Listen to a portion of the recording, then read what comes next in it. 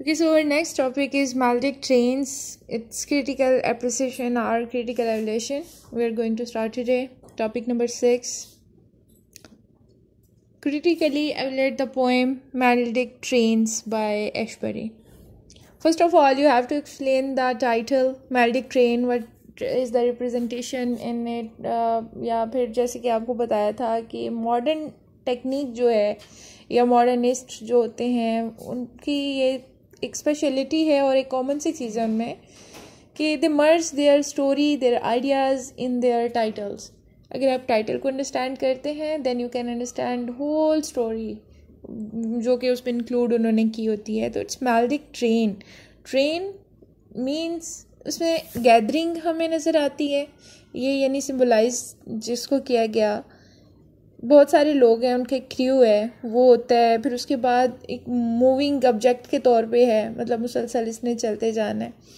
Finally फिर इसकी destination या फाइनल स्टेशन जो है वहाँ पे इसको रुकना है. अब इस दौरान में जो पोएम में दिखाया गया है डिफरेंट एजेस के लोग हैं, किड्स हैं, उसके अलावा वमेंस हैं, मेंस हैं, और मतलब सारा एक पूरा वही जो हमें अपनी ज़िंदगी में नज़र आते हैं लोग. बिकॉज एशबरी इज़ रियलिस्टिकल पोइट ना, तो वो रियलिटी को रख के, मतलब वो कोई फैंटेसी ड्रा नहीं करता, कोई मिथोलॉजी से कंसर्न उसे नहीं है, कोई वो ट्रेडिशन का फॉलोअर नहीं है. जस्ट वो एज इट इज़ चीज़ों को देखता है और एस्थेटिक लेयर वो उसमें ऐड करके फिर वो चीज़ जो है वो नरेट करता है. तो यहाँ पे भी आपको वो नेचर के साथ जिस तरह से उसने हैंडल किया हुआ है, उसको जैसे ड्रा कर रहा है, इसमें माउंटेन्स दिखाएगा, ट्रीज़ हैं, बर्ड्स हैं, इवन वो जो सारे लोग हैं वहाँ पे जो से किड्स में एक छोटी सी बच्ची है वो नज़र आ रही है, लिटिल गर्ल. तो उसमें भी बहुत ज़्यादा एस्थेटिकलिज्म जो है वो उसने ऐड किया हुआ है. यानी उसके वो जो गेस्चर्स होते हैं, उसकी स्माइल और उसकी वो एक्साइटमेंट, वो जो ड्यूरिंग ट्रैवल बच्चों में होती है, तो it has very much influence. अब उसमें बहुत ही खूबसूरती के साथ जो है ना वो दिखा रहा है. ये जर्नी ऑफ लाइफ है. मैल्डिक ट्रेन जो है it means journey of life, यानी कि उसी तरह से डिफरेंट स्टेजेस जो हैं उनसे इंसान गुजरता है और आखिरकार क्या होता है कि वो अपनी डेस्टिनेशन तक पहुंच जाता है. अब डेस्टिनेशन के साथ जो हैंडलिंग की गई है वो भी 2 थीम्स वहाँ पे आपको मिलेंगे. एक तो डेस्टिनेशन को आपके फाइनल गोल या कोई भी अचीवमेंट जो टारगेट आपने अपनी लाइफ में सेट किया था, आखिरकार बड़ी स्ट्रगल के बाद बहुत सारी स्टेजेस से गुजरने के बाद आप वहाँ तक पहुँच जाते हैं. और second one is it's death, कि जब इंसान पूरी ज़िंदगी गुजार लेता है तो फाइनली ही मेट विद हिज डेथ. तो वो सेकंड ऑप्शन जो है, सेकंड थीम, वो आप वहाँ पे इंक्लूड कर सकते हैं. So let's start. The melodic trains by Ashbery is a highly philosophical poem. Ashbery stands prominent among his literary rivals just because of his mastery in the art of presenting realistic issues. ये underline कर लीजिएगा. Realistic या real issues, वो कि real चीज़ों को personification वो उनकी जो कर रहे हैं वो रियलिटी ऑब्जेक्ट्स की है, और उसके साथ ही जो उसने चीज़ जो मैसेज कन्वे किया है वो भी रियलिस्टिकल थीम या रियलिस्टिकल अपील इसके अंदर मौजूद होती है.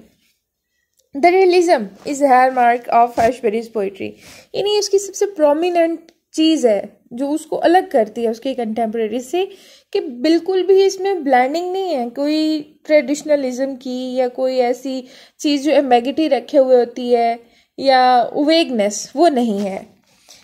The crux of the poem is a symbolic journey by train, which means the journey of life from childhood to death. ये अंडरलाइन कर लीजिएगा, इसको आपने कोट कर देना है. फिर the poem presents a fine description of man in his life, his journey through thick and thin, and his final destination. यानी कि वो he is showing the train in different meadows, different rivers, वो उनके ऊपर से उसको cross होते हुए ब्रिज आ रहे हैं, दिखा रहा है. तो ये सारे अप्स एंड डाउन्स जो हैं वो रिवील कर रहे हैं इंसान की अपनी स्ट्रगल को, उसकी अपनी लाइफ के रियल अप्स एंड डाउन्स को. क्योंकि कभी भी इंसान जो है कि हालत में एक ही कंडीशन स्टेट उसकी नहीं रहती है, वो और मोमेंट बाज़ों का चेंज होती है.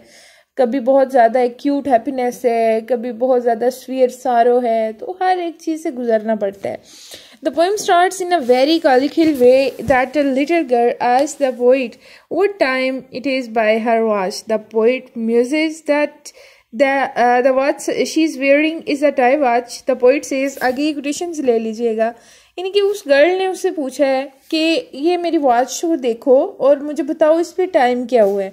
एक तो वो यहाँ पे स्टैटिक प्लेयर में आप बताएंगे इनोसेंसी वो दिखा रहा है ऑफ अ लिटिल किड है, ऑफ अ लिटिल गर्ल, और साथ ही साथ वो एक पूरे वो चाइल्डहुड की वो स्टार्टिंग इनिशियलिटी कि वो उस टाइम में इंसान क्या करता है कि उसे हर चीज़ ही खूबसूरत लग रही होती है. एक जो बच्चा है उसे अब कोई टेंशन नहीं है या कोई उसकी केयर करने के लिए उसके पेरेंट्स हैं, अगर वो उसके क्लॉथ बड़े वेल क्लॉथ नहीं है उसे उसकी टेंशन नहीं है, क्योंकि वो हर चीज़ को देखने के लिए कोई ना कोई होता है उसके पास. Eventually, that's a toy she is wearing for fun. ये यहाँ तक quotations है. Ashbery wants to convey that young people don't have the idea of the objective world around them. Life is a fun for them. एक और चीज़ जो यहाँ पे फिर हमें मिल जाती है वो है फ़न, कि सबसे ज़्यादा जो फ़न एज है जिसमें कि आप लिटरली इंजॉय कर सकते हैं हर एक चीज़ को, चाहे वो रियल भी नहीं है. जैसे कि ये यहाँ पे एक टॉय वॉच है जो उस बच्ची ने जो है वो वेयर की हुई है, लेकिन वो उसको ऐसे ही ले रही है या वो दुनिया को ऐसे दिखाना चाह रही है जैसे कि it's real one. The poet moves to serious discussion that the train is moving from station to station where men have to wait and get frustrated. अब यहाँ पे वो एस्थेटिकलिज्म को जब उसने हैंडल कर लिया, वो एक हैप्पीनेस दिखा दी, अब वो फ्रस्ट्रेशन की तरफ आ रहा है. And frustration is also a major theme in almost all 20th century's poet. वो सारे के सारे जो है वो डिप्रेशन फ्रस्ट्रेशन उसको किसी न किसी वे में बता ही रहे होते हैं. The image of pencil guided by a ruler is beautifully manipulated by the poet to show journey of life. इन्हें वो दिखा रहा है कि ये जो ट्रेन गुजर रही है ये ऐसे है कि जैसे एक पेंसिल है उससे एक ये जो पूरी वो लाइन है ना, जिस लाइन पे वो ट्रेन चल रही है वो इस तरह है कि वो एक पेज की तरह उस पे उस कोई रूलर जो है वो सेट कर दिया गया है, तो उसके साथ साथ जैसे वो पेंसिल से लाइन ड्रा की जाती है, तो ऐसे ही मतलब ये मेमोरीज की बात कर रहे हैं. जो भी इंसान एक्सपीरियंस करते हैं वो उसकी मेमोरी में चीज़ फिक्स होकर रह जाती है. तो मेमोरीज क्रिएट करने के लिए उसने पेंसिल का सिंबल यूज़ किया. यहाँ पे ये सिंबल जो हैं ये बड़े इंपॉर्टेंट होते हैं. कोई भी जब आप पोएम करते हैं तो उनको अपने ज़रूर याद रखना है, सेपरेटली उसको मेंशन कर लिया करें कि which thing stands for what.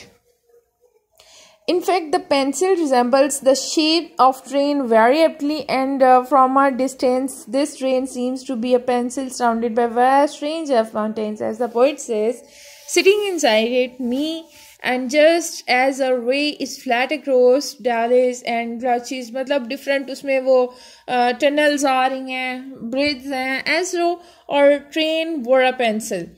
The way is flat, but there are ups and downs. These are the challenges of life. अब ups and downs को कैसे resemble किया गया किस चीज़ से? Challenges of life से, which almost everyone experienced in his life. बूढ़े लोग होते हैं, उनके पास करने के लिए ज़्यादा तो कुछ नहीं होता. They have to wait for their death, for their final destination. तो मोनोटोनी सी एक हो जाती है, मतलब एक यकसानियत उनकी लाइफ में आ जाती है, एक तरह की आइसोलेशन आ जाती है. The poet says only the wait in station is vague and dimensionless like unself. How do they decide how much time to spend in age. अब क्योंकि किसी को नहीं पता है कि उसकी डेथ कब होगी या उसकी लाइफ कितनी है, तो अब जब वो किसी को पता ही नहीं है इस चीज़ का, तो फिर वो डायमेंशनलेसली इधर उधर जो है वो स्केटर्ड फॉर्म में कभी यहाँ पे घूम रहे हैं कभी वहाँ पे, बस वो वेट भी कर रहे हैं साथ के साथ साथ. In the same way Shakespeare also has represented the 7 stages of man. ये आपने स्पेशली अंडरलाइन करना है, कंट्रास्ट किया जा रहा है एशबरी का शेक्सपियर के साथ. यानी Ashbery is just like Shakespeare in modern time as Shakespeare was in ancient time. उसको जितना प्रोमिनेंट कहा गया था, या जिस चीज़ को जिस शेक्सपियर असल में मशहूर है अपने बहुत ज़्यादा एक फ़िलासफ़िकल थीम्स और डिफ़िकल्ट थीम्स को हैंडल करने के लिए। तो यहाँ पे भी फ़िलासफ़िकल अप्रोच तो है जॉन एशबरी की, और सेम वही सब्जेक्ट जो शेक्सपियर बताता है अपनी पोएम 7 स्टेजेस ऑफ मैन में, इन इंसान की ज़िंदगी की 7 पार्ट्स हैं जिसको डिस्कस करता है, तो वो इसने मेल्डिक ट्रेन के थ्रू बता दिया हुआ है। मतलब चेंज भी है लेकिन सब्जेक्ट सेम है। उसको जब ड्रा किया गया है तो वो और चीज़ों में, यानी एक मेल्डिक ट्रेन है तो मूविंग ऑब्जेक्ट, उसके थ्रू इसने बता दिया हुआ है। He says in all the word stage, all the world is a stage and all the men and women merely players, they have their exits and their entrances, is act being 7 edges। ये भी quotations 2-3 lines यहाँ से pick कर लीजिएगा। It is the midway the people have to suffer from timeless weight without any rules and regulations at the platform. The poet says one begins to suspect there is no rule or that it's applied haphazardly। अब यहाँ पे वो क्या कह रहा है कि इस ज़िंदगी में ज़िंदगी गुजारने के लिए हकीकत में देखा जाए तो कोई लॉ नहीं है, कोई कानून नहीं है। यानी अगर कोई रेबलनेस की तरफ जाना चाहता है या वो फ्रीडम या सारा कुछ, अब यहाँ पे ये बड़ी एक अलग सी बात कर रहा है अपने कंटेम्पोरेरीज से कि वो क्या कर रहे थे, वो डिमांड कर रहे थे फॉर फ्रीडम, कि फ्रीडम ऑफ एक्शन होना चाहिए, फ्रीडम ऑफ स्पीकिंग होना चाहिए, फ्रीडम ऑफ लाइफस्टाइल स्पेंडिंग के लिए होना चाहिए सारा कुछ। लेकिन ये क्या कहते हैं रियलिटी में जब कोई इंसान कानून तोड़ता है तो फिर क्या होता है कि वो उसके लिए ऐसे ही है कि जैसे कोई कानून है ही नहीं, या फिर उसके पास अगर इतने सोर्सेज होते हैं कि वो कानून शिकनी कर सकता है तो वो कर जाता है।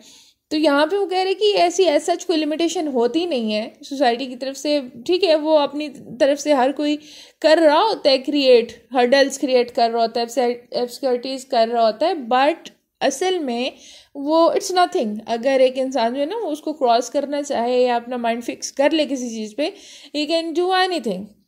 In this situation, people grumble against the system. In reality, no rule and regulation are found in railway. Underline यहाँ पे कर लीजिएगा, ये उसने उस स्टेशन के ज़रिए पर्सनिफाई कर दी है इस चीज़ को।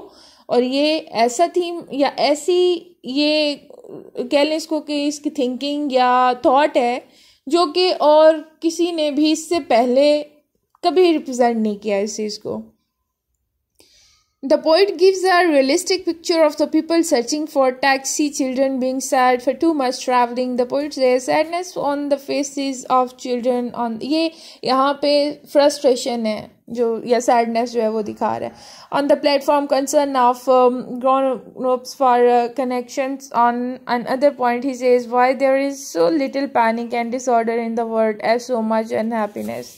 मतलब ये वो लाइफ है उसकी लाइफ का वो पार्ट है इंसान की ज़िंदगी का, जबकि वो मेहनत मुसलसल कर रहे हैं बट उसे भी पता नहीं है कि डेस्टिनेशन कितनी दूर है या मेरा वो टारगेट मुझसे कितना दूर है। मतलब वो थोड़ा सा एक हाइपर नेस की तरफ चला गया है।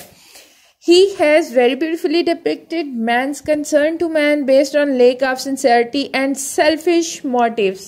अब being a modern poet वो मॉडर्न इश्यूज़ को लेके आता है। और मॉडर्न इश्यूज़ क्या हैं जिसमें लेक ऑफ सिंसेरिटी है, जिसमें सेल्फिशनेस भी है। हर कोई सिर्फ और सिर्फ अपने मतलब की हद तक, अपने मुफाद की हद तक, जैसे कहा जाता है कि रिलेशंस को कैश करवाने के लिए है हर कोई। The differentiation creates unhappiness in the world scenario.